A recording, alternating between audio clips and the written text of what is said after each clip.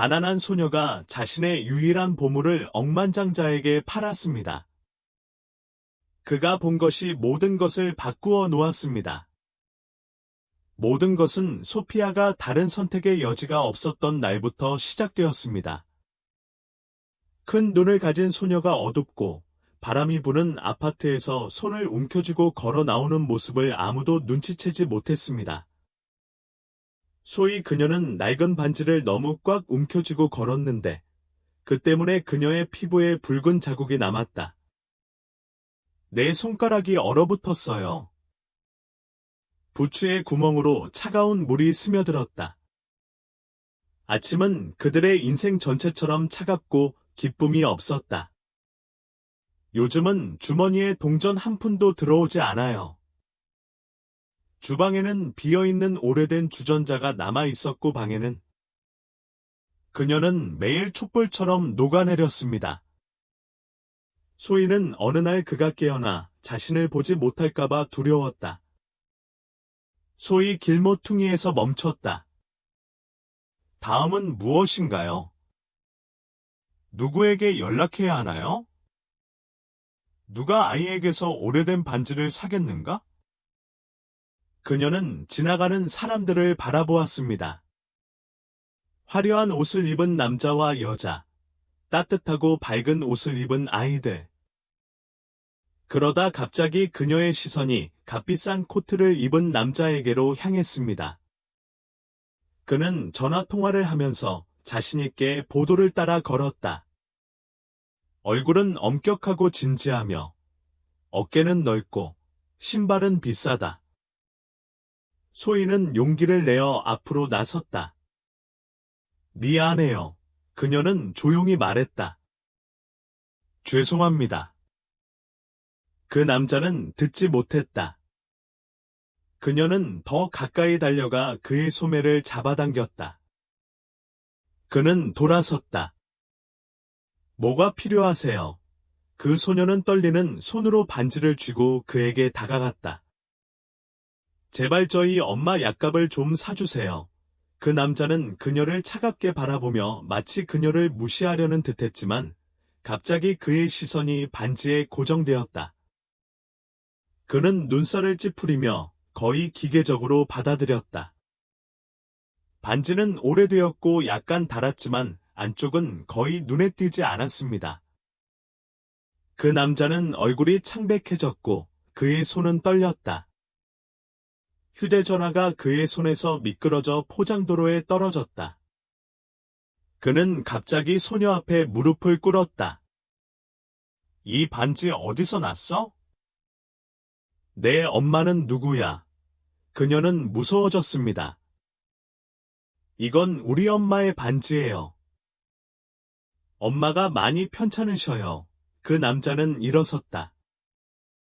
그의 얼굴은 돌로 변한 듯했지만 그의 눈에서는 불꽃이 번쩍였다. 고통이냐 희망이냐? 당신이 사는 곳을 알려주세요. 그녀는 주저했다. 그녀의 어머니는 그녀에게 낯선 사람을 믿지 말라고 가르쳤다. 하지만 설명할 수 없는 그 깊고 유치한 직감이 나에게 이렇게 말했습니다. 이 사람은 할 수 있어. 아무 말 않고. 그녀는 고개를 숙인 채 앞으로 걸어갔다. 그 남자는 마치 보이지 않는 실에 묶인 듯 그녀를 따라갔다. 그 아파트는 허름한 건물의 3층에 있었습니다. 계단이 발밑에서 삐걱거리는 소리가 났다. 습기와 빈곤의 냄새가 내 코를 찔렀다. 그녀는 문을 열었다. 엄마, 나왔어요. 구석에 있는 침대에 한 여자가 누워 있었습니다. 약하고, 창백하고, 거의 투명합니다. 하지만 그녀의 얼굴에서는 한때 사람의 마음을 아프게 했던 아름다움이 여전히 느껴졌다. 그 남자는 문지방에 굳어버렸고 그의 입술은 떨렸다. 지수. 그 여자는 천천히 눈을 떴다. 그 표정은 마치 고통의 베일을 쓴 듯 흐릿했다. 하지만 그를 보자 그녀의 눈은 공포와 불신으로 커졌습니다. 민석. 그녀는 쉰 목소리로 말했다. 잠시 동안 방 안에 죽음과 같은 침묵이 흘렀다. 오직 벽에 걸린 낡은 시계만이 시간의 흐름을 알리는 듯 똑딱거렸고 시간은 갑자기 되돌아갔다. 때로는 하나의 이름이 인생을 전과 후로 나눌 수 있다. 때로는 당신이 가장 두려워했던 만남이 구원을 위한 유일한 기회가 됩니다. 민석은 마치 한 발짝도 앞으로 나아가는 게 두려운 듯 문지방에 섰다. 그는 제시카에게서 눈을 뗄 수 없었다. 그의 눈앞에서 수년이 흘러갔다. 수년간의 고통, 실수, 외로움. 그리고 지금 그녀는 살아있고, 약하고, 창백하지만 살아있었습니다. 소희. 당황한 그녀는 먼저 민서가를 바라보고, 그 다음에는 어머니를 바라보았다. 엄마. 그녀가 속삭였다. 그 사람 알아요. 그녀는 바로 대답하지 않았다. 그녀는 일어나려고 노력했지만 힘이 빠졌다. 그녀는 단지 민세카를 바라보았고 그녀의 눈에는 두려움과 고통, 기억이 뒤섞여 있었습니다. 가세요. 그녀는 마침내 분노라기보다는 간청에 가까운 목소리로 말했다. 가세요. 우리는 당신에게 줄 것이 아무것도 없습니다. 그는 앞으로 나섰다. 아, 몰랐어요. 전혀 몰랐어요. 가버려요. 그녀는 울부짖으며 무너져 내렸다. 넌 이미 한 번 나를 떠났잖아.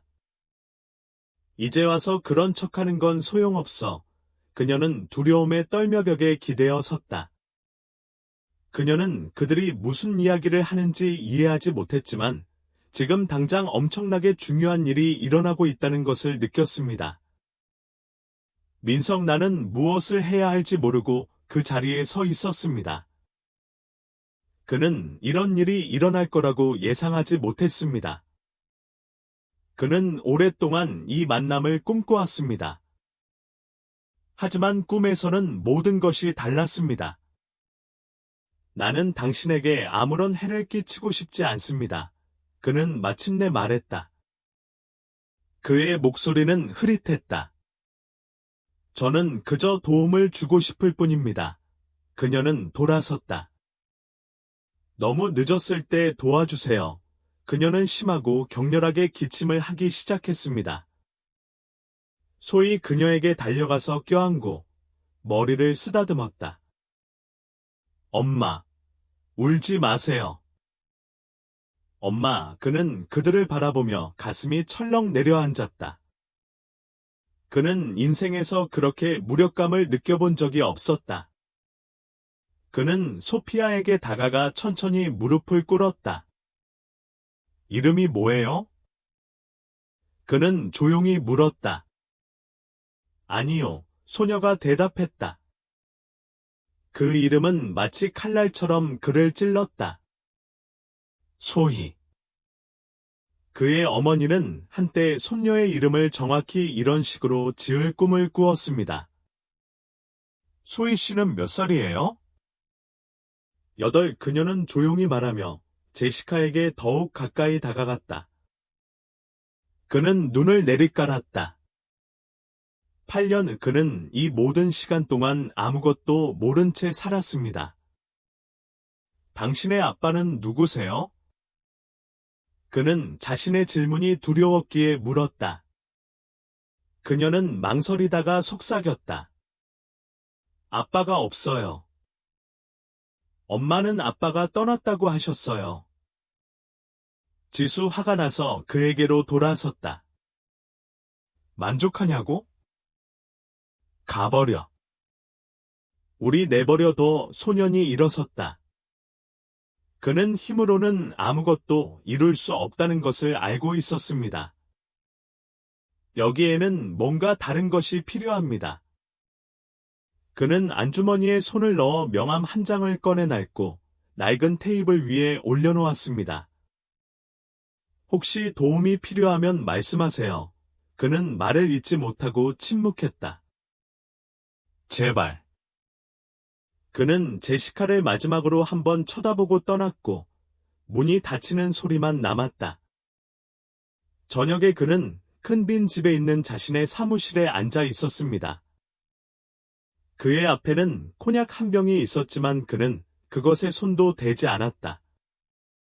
내 눈앞에는 큰 눈을 가진 어린 소녀가 서 있었습니다. 소희, 그의 딸 지수가 왜 아무 말도 안 해줬는지 왜 모를 수 있을까? 답은 간단했습니다. 그는 그녀를 밀어냈습니다. 너무 오만하고 고집이 세서 그녀의 말을 믿을 수 없었습니다. 그들은 어리석은 일로 다투었고 그는 싸우는 대신 떠나기로 했습니다. 그는 그녀가 혼자 보낸 밤이 얼마나 많았는지, 딸을 걱정하며 추운 침대에서 깨어난 적이 얼마나 많았는지 생각했다. 그는 무력감에 비명을 지르고 싶었지만 지금은 자신을 불쌍히 여길 때가 아니었다. 그는 전화기를 들고 비서의 전화번호를 눌렀다. 최고의 의사를 찾아주세요. 긴급하게요. 어디서 얼마를 내시든 상관없습니다. 이름은 무르입니다. 17번가 6번가에 사세요. 알겠습니다. 보조원은 더 이상 질문하지 않고 대답했다. 그는 휴대전화를 끄고 손바닥에 머리를 기댔다. 그는 지수가 자신을 용서할지 몰랐다.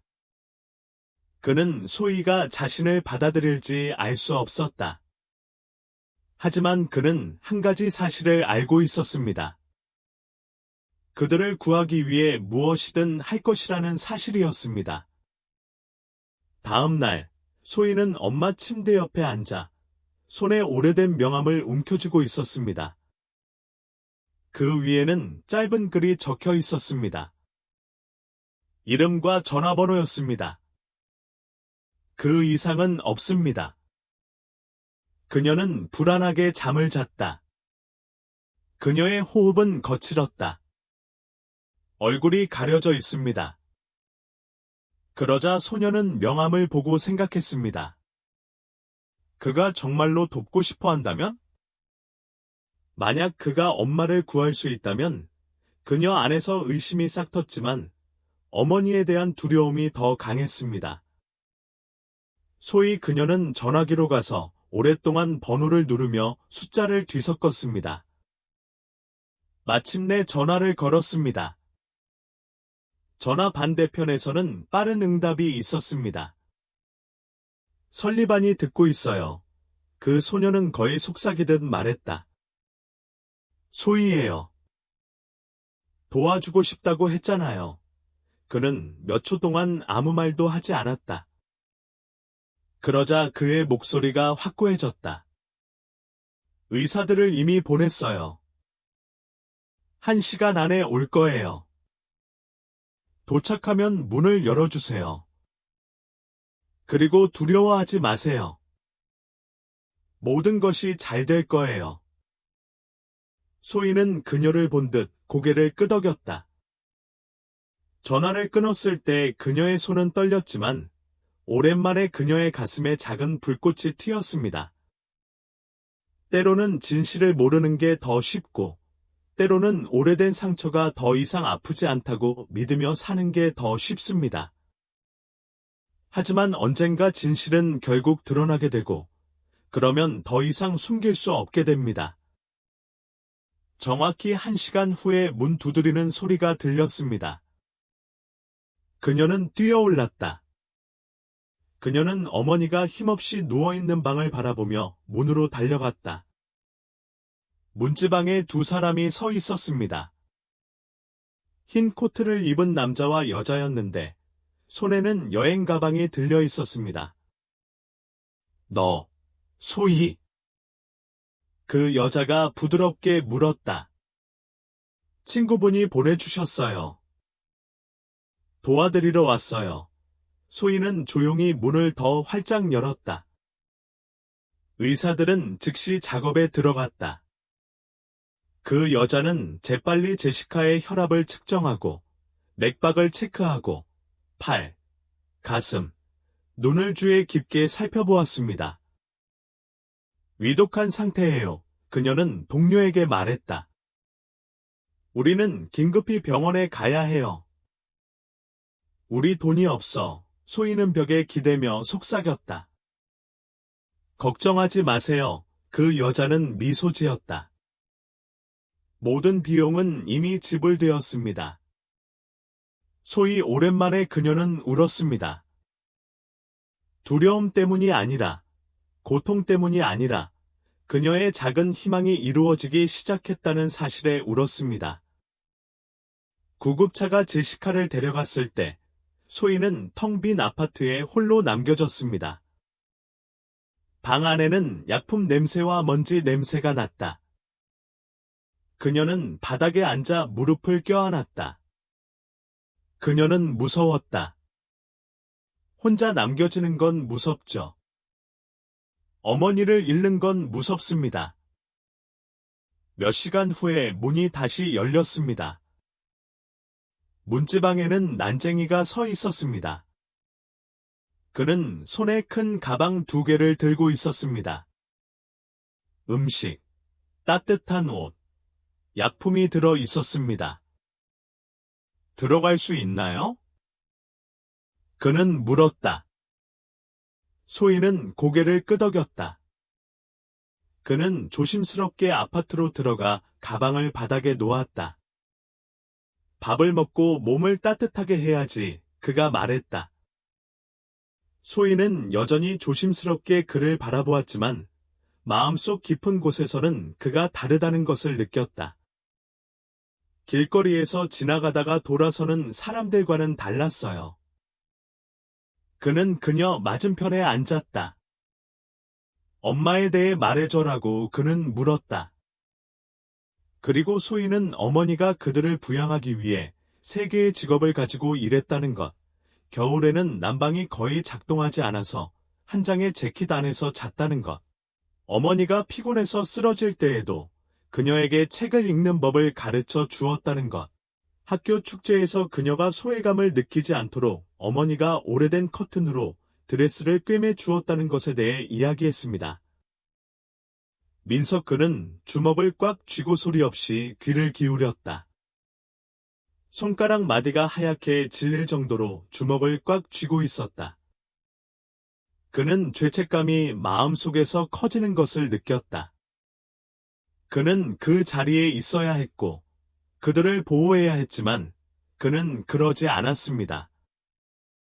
그는 그녀에게 진실을 말하고 싶었고, 자신이 진짜로 누구인지 말하고 싶었지만 조심스럽고 부드럽게 해야 한다는 것을 알았습니다. 소희는 갑자기 고개를 들었다. 엄마 알아요? 그녀가 물었어요. 그는 고개를 끄덕였다. 오래전이야. 우리는 젊었고 서로 사랑했지. 그녀는 그것에 대해 생각했다. 그럼 왜 떠났어?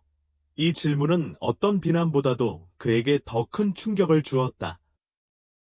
내가 어리석었어요. 그는 조용히 말했다. 저는 무서웠습니다. 제 인생에서 가장 큰 실수를 저질렀거든요. 그 소녀는 오랫동안 그를 바라보더니 이제 말을 더듬기 시작했습니다.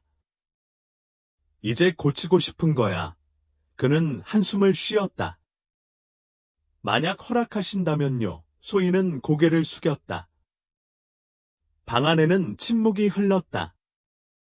다만 바깥 어딘가에서 잔잔한 비가 지붕을 두드리고 있을 뿐이었다. 다음 날, 민석은 병원에 갔다. 그는 안으로 들어가기 전에 오랫동안 문 앞에 서 있었습니다. 그녀는 점적을 받고 있었습니다. 그녀의 얼굴은 창백했고 입술은 마르긴 했지만 눈은 뜨여 있었고 그 눈 속에는 똑같은 자부심이 반짝였다. 뭐가 필요하세요? 그녀는 거의 알아차리지 못할 정도로 물었다. 그는 더 가까이 다가왔다. 저는 돕고 싶어요. 가능한 한 모든 것을 고쳐주고 싶어요. 그녀는 씁쓸하게 미소 지었다. 고쳐줘. 내가 잃어버린 세월을 되돌려줄 순 없어. 우리 딸에게 아버지를 돌려줄 순 없어. 그는 고개를 숙였다. 알아요. 그녀는 눈을 감았다. 그럼 왜 떠났어? 내가 널 가장 필요로 할 때 왜 날 버렸어? 그는 침대 옆 의자에 앉았다. 난 바보였어. 널 믿지 않았어. 네가 날 배신했다고 생각했어. 다른 사람들 말은 듣고 내 마음은 듣지 않았어. 그녀는 오랫동안 아무 말도 하지 않다가 조용히 물었다. 그럼 이제 어쩌죠? 이제 저에게 작은 기회라도 한 번 주세요. 그녀는 벽을 향해 돌아섰다. 모르겠어요. 다시 당신을 믿을 수 있을까요? 그걸 당장 믿으라고 하는 건 아니죠. 라고 그는 말했다. 제가 거기에 있어서 당신을 도울 수 있도록 허락해 주시기만 바랍니다. 그는 일어섰다. 내 딸아. 그는 거의 속삭이듯이 물었다. 그녀는 오랫동안 아무 말도 하지 않다가 고개를 끄덕였다. 그리고 그 순간, 민석은 자신의 인생 전체가 이 순간 이전과 이후로 나뉘어 있다는 것을 깨달았습니다. 그는 무거운 마음을 안고 방을 나갔지만 작은 희망의 불꽃도 품었습니다. 그는 그날 밤 잠을 자지 못했다. 그는 텅 빈 큰 집의 창밖을 바라보며 슬픈 눈을 한 어린 소녀에 대해, 한때 목숨보다 더 사랑했던 여자에 대해, 그리고 아직 모든 것이 끝난 것은 아니라는 것에 대해 생각했습니다.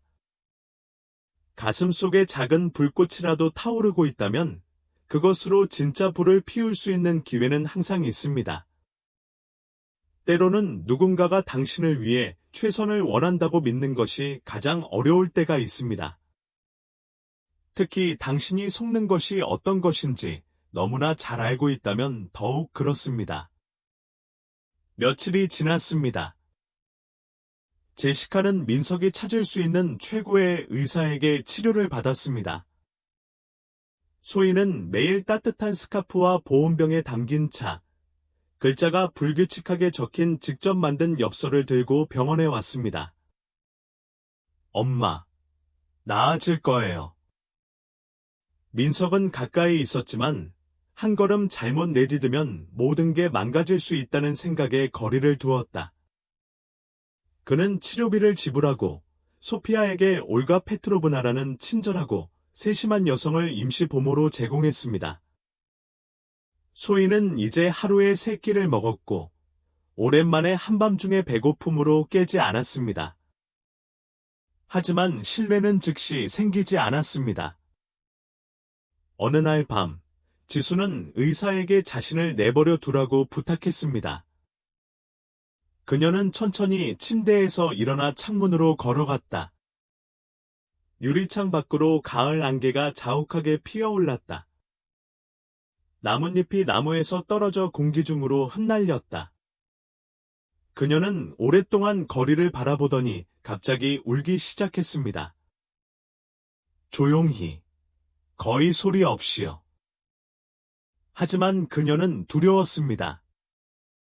그를 믿는 것이 두려웠고 다시 버려지는 것이 두려웠습니다. 과거의 고통은 그녀의 병보다 더 깊숙이 자리 잡고 있었고 모든 약보다, 모든 정맥 주사보다 더 강했습니다. 그녀는 수년 전 임신했을 때 혼자 남겨졌던 일을 기억해냈습니다. 그녀는 6번째 달에 배가 나온 채로 필사적으로 일자리를 찾던 모습, 이웃들이 그녀의 뒤에서 수군거리던 모습, 병원 의사들이 그녀를 불쌍히 여기던 모습을 기억했습니다. 그리고 이제 그는 돌아왔습니다. 이제 그녀는 거의 포기할 뻔했는데 다시 그에게 마음을 열 수 있을까? 다음 날 아침, 민석이는 다시 병원에 왔습니다. 그는 꽃을 가져왔는데 소박한 흰 국화였습니다. 바로 지수가 한때 좋아했던 꽃이었습니다. 그는 모든 것에도 불구하고 기억했다. 그는 두드리고 조심스럽게 들어갔다. 좋은 아침입니다. 오라고 그는 말했다. 그녀는 눈을 감고 누워 있었지만 그의 목소리가 들리자 눈을 떴다. 아직도 여기 계세요? 그녀는 둔하게 말했다. 나는 떠나지 않을 거야. 그는 조용히 대답했다. 그녀는 마치 그가 거짓말을 하는지 아닌지 알아내려는 듯 오랫동안 그를 바라보았다. 무슨 일이에요? 그녀는 마침내 물었습니다. 해야 하기 때문에? 하고 싶어서. 사랑하기 때문에. 이 말은 그의 입에서 저절로 나왔다. 그녀는 창문으로 돌아섰다. 그는 꽃을 침대 옆 탁자 위에 올려놓고 대답을 기다리지 않고 떠났다. 그는 그녀를 서두를 수 없다는 것을 알았습니다. 그 사이 소희는 그에게 다가갔다. 그녀는 직접 그에게 전화를 걸어 인형의 머리카락을 올바르게 닦는 방법을 물었고 자신의 그림을 가져다 주었으며 가끔은 그의 옆에 앉아 말없이 그의 손을 잡아주기도 했습니다. 그는 조심스럽게 한 걸음씩 그녀와의 관계를 구축했습니다. 어느 날 저녁, 그는 제시카의 텅 빈 아파트에 앉아 있었습니다. 그녀는 그에게 그녀가 가장 좋아하는 책을 보여주고 싶어 했습니다. 방 안에는 먼지와 오래된 벽지 냄새가 났다. 당신은 언제나 우리와 함께 하실 건가요? 소희가 갑자기 물었다. 그는 그녀를 바라보았다. 당신이 허락하는 한 오랫동안 여기 있고 싶어요. 소희는 어른답게 진지하게 고개를 끄덕였다. 그럼 체스 두는 법을 가르쳐 주세요. 그는 기쁨에 미소 지었다. 그리고 그 순간 그는 이것이 싸울 만한 가치가 있다는 것을 깨달았습니다. 며칠이 더 지났습니다. 의사들은 좋은 소식을 전했습니다. 그녀는 천천히, 조심스럽게 회복하기 시작했지만 그녀의 몸은 영혼처럼 생명을 위해 싸우고 있었습니다. 그날 민석은 평소보다 일찍 병원에 도착했다. 그는 복도에 앉아 있었는데 갑자기 지수가 누구의 도움도 받지 않고 혼자 나오는 것을 보았습니다. 그녀는 창백하고 마르긴 했지만 걸음걸이에는 힘이 있었다. 민석 일어섰다. 그녀는 더 가까이 다가왔다. 그들은 몇 초 동안 서로를 바라보았습니다. 그러고 나서 그녀는 조용히 고맙습니다. 라고 말했습니다. 짧은 단어 하나였지만 민석아에게는 어떤 맹세보다 더 큰 의미가 있었습니다. 그는 고개를 끄덕이고 대답하지 않았습니다. 아무 말도 필요 없었습니다.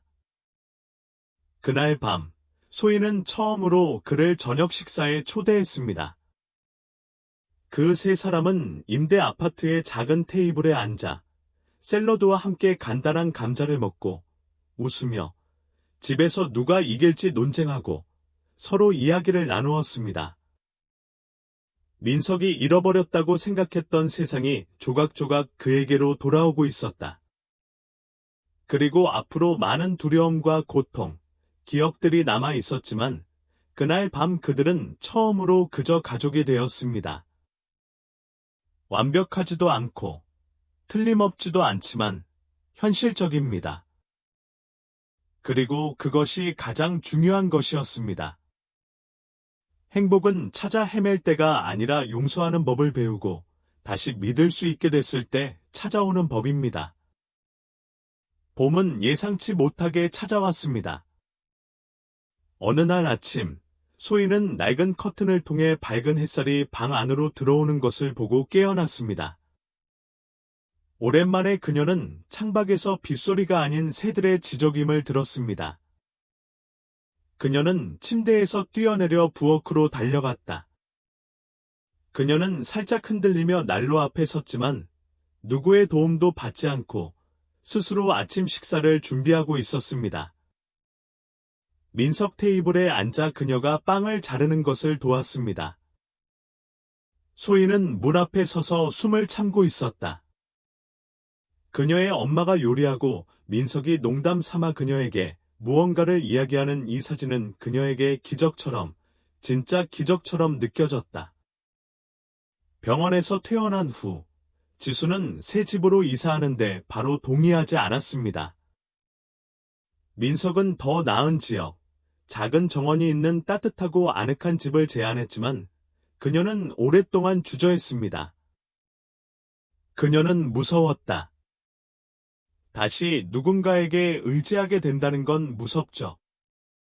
하지만 그녀는 소피아를 바라보며 더 이상 두려워할 권리가 없다는 것을 깨달았습니다.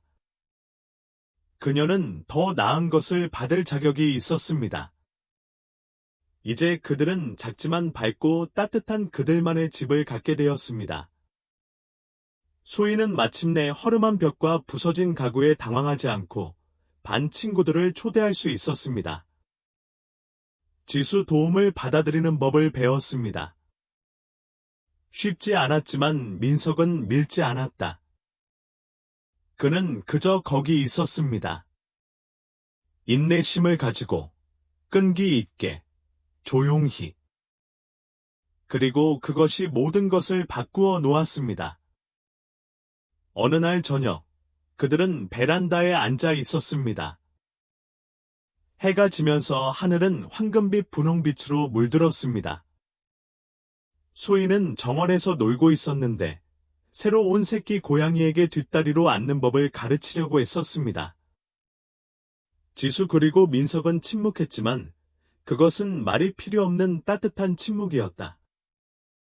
그리고 가끔은 지수가 조용히 말했다. 이 모든 게 꿈인가? 그는 그녀를 마주보며 돌아섰다. 나도 깨어나는 게 무서워요. 그가 대답했다. 그녀는 미소 지었다. 약하지만 진짜 미소.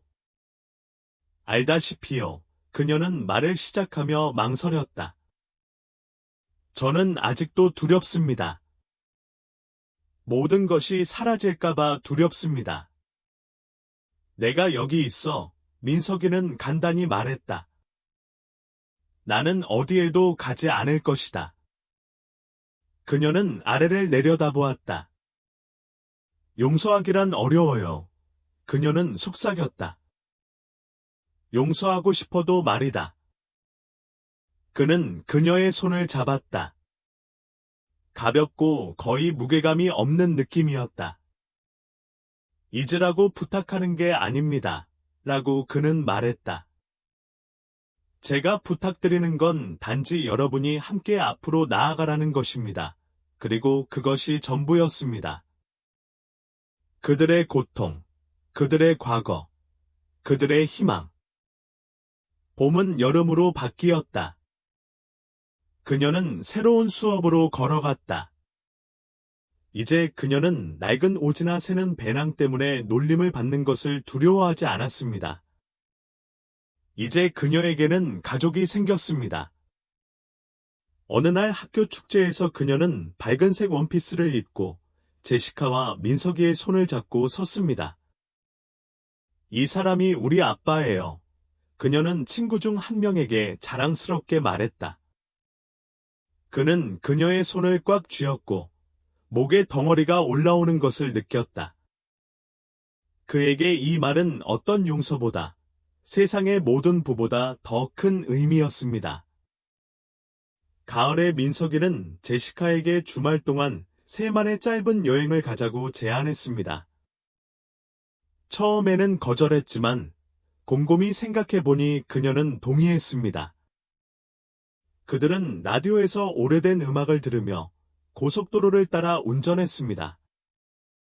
소희는 창밖으로 몸을 내밀고 팔을 흔들며 노래를 불렀습니다. 지수 나는 그녀를 바라보며 오랜만에 살아있는 것 같은 기분이 들었다. 그저 존재하는 것이 아니라 살아가는 것입니다. 민석과 지수가 함께 첫 저녁을 보냈던 옛 공원의 차가 멈추자 그녀는 문득 깨달았다. 모든 것은 다시 시작할 수 있어. 있는 것도 지우는 것도 아닌 무슨 일이 있어도 가까이에 있어준 사람들과 함께 받아들이고 새롭게 쌓아가는 거야. 여행 마지막 날 저녁, 그들은 모닥불 주위에 둘러앉았습니다. 그녀는 담요를 덮고 그에게 기대어 잠들었다. 그녀는 불을 바라보았다. 알잖아요. 그녀가 말했다. 나는 당신이 돌아오기를 오랫동안 바랐어요. 그는 아무 말도 하지 않았다. 그러고 나서 나는 더 이상 희망을 갖지 않게 되었어요. 그녀가 계속해서 말했다. 그리고 지금에 와서야 모든 것을 고치는 데는 시간이 걸린다는 걸 깨달았어요. 그는 그녀의 손을 잡았다. 다시는 어디에도 가지 않을 거야. 그는 조용히 약속했다. 그리고 그녀는 믿었습니다. 몇 년 만에 처음으로 집으로 돌아온 민석, 지수, 소희는 가족으로서의 삶을 시작했습니다. 완벽하지는 않고 실수도 없지만 진짜입니다. 소희는 민서가 엉덩이라고 불렀다. 가끔은 화가 났을 때 민세콤이라고 부르기도 하고 가끔은 재밌을 때 별명을 지어 부르기도 했습니다. 지수 천천히 신뢰하는 법을 배웠습니다. 천천히, 하지만 매일 더 강해지고 있어요. 그리고 민석은 인생에서 가장 중요한 것들은 쉽게 얻을 수 없지만 그것을 위해 싸울 가치가 있다는 것을 깨달았습니다. 결국 인생은 예상대로 흘러갔습니다. 동화 속에서도 아니고 눈물도 없이도 더 이상 두려움이 없는 사랑으로. 그리고 그들은 운명이 한때 자신들을 파괴했지만 여전히 두 번째 기회를 주었다는 사실에 감사하며 매일 새로운 날, 매일 아침을 맞이했습니다.